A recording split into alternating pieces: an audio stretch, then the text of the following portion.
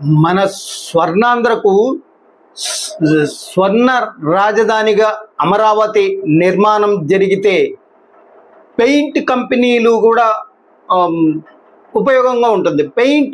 పెయింటర్లకు కూడా అన్ని బిల్డింగులకి పెయింటర్లు వేస్తుంటారు. పెయింటర్లకు కూడా మంచి ఉపాధి కలుగుతుంది. అలాగే పెయింట్ కంపెనీల డిస్ట్రిబ్యూటర్లకి మంచి గిరాకీ పెరుగుతుంది. వాళ్ళ వ్యాపారాలు కూడా బ్రహ్మాండంగా కొనసాగుతాయి. అలాగే నిర్మాణాలు ఎంత బాగుంటే అంత పబ్లిక్లో మనీ రొటేషన్ బాగుంటుంది. మనీ రొటేషన్ బాగుంటే ప్రజల చేతుల్లో ఎప్పుడు డబ్బులు ఉంటే వాళ్ళు అన్ని కొంటుంటారు, వ్యాపారాలు చేస్తూ ఉంటారు. పన్నుల రూపేణా ప్రభుత్వానికి చాలా చాలా మంచి జరుగుతుంది.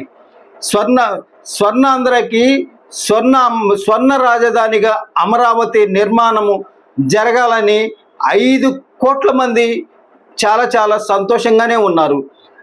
అమరావతి నిర్మాణాలు బ్రహ్మాండంగా జరగాలి. అలాగే అమరావతిలో మన టాటా కంపెనీ వాళ్ళు క్యాన్సర్ హాస్పిటల్ను కూడా నిర్మించాలి.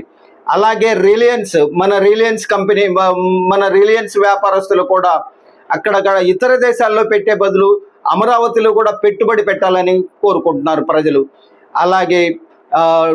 అలాగే అంబానీలు కూడా అదానీలు కూడా అమరావతిలో పెట్టుబడి పెట్టాలి. పెద్ద పెద్ద ఆఫీసులు నిర్మించుకోవాలి.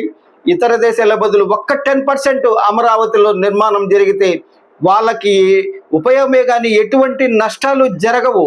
అమరావతి అటువంటిది. అమరావతి పేరులోనే ఉంది ఆనందము, అమరావతి పేరులోనే ఉంది అదృష్టము.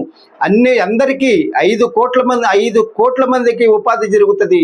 ఇవాళ సంక్రాంతి పండుగ ఏదన్నా వచ్చిందనుకోండి, హైదరాబాదు సగం ఖాళీ అవుతుంది. మన ప్రజలు కానీ మన ఉద్యోగస్తులు కానీ అక్కడికి వెళ్తున్నారు. అదే అమరావతి రాజధానిగా నిర్మాణం కొనసాగితే ఇక్కడే సంక్రాంతి జరుగుతుంది మనకి.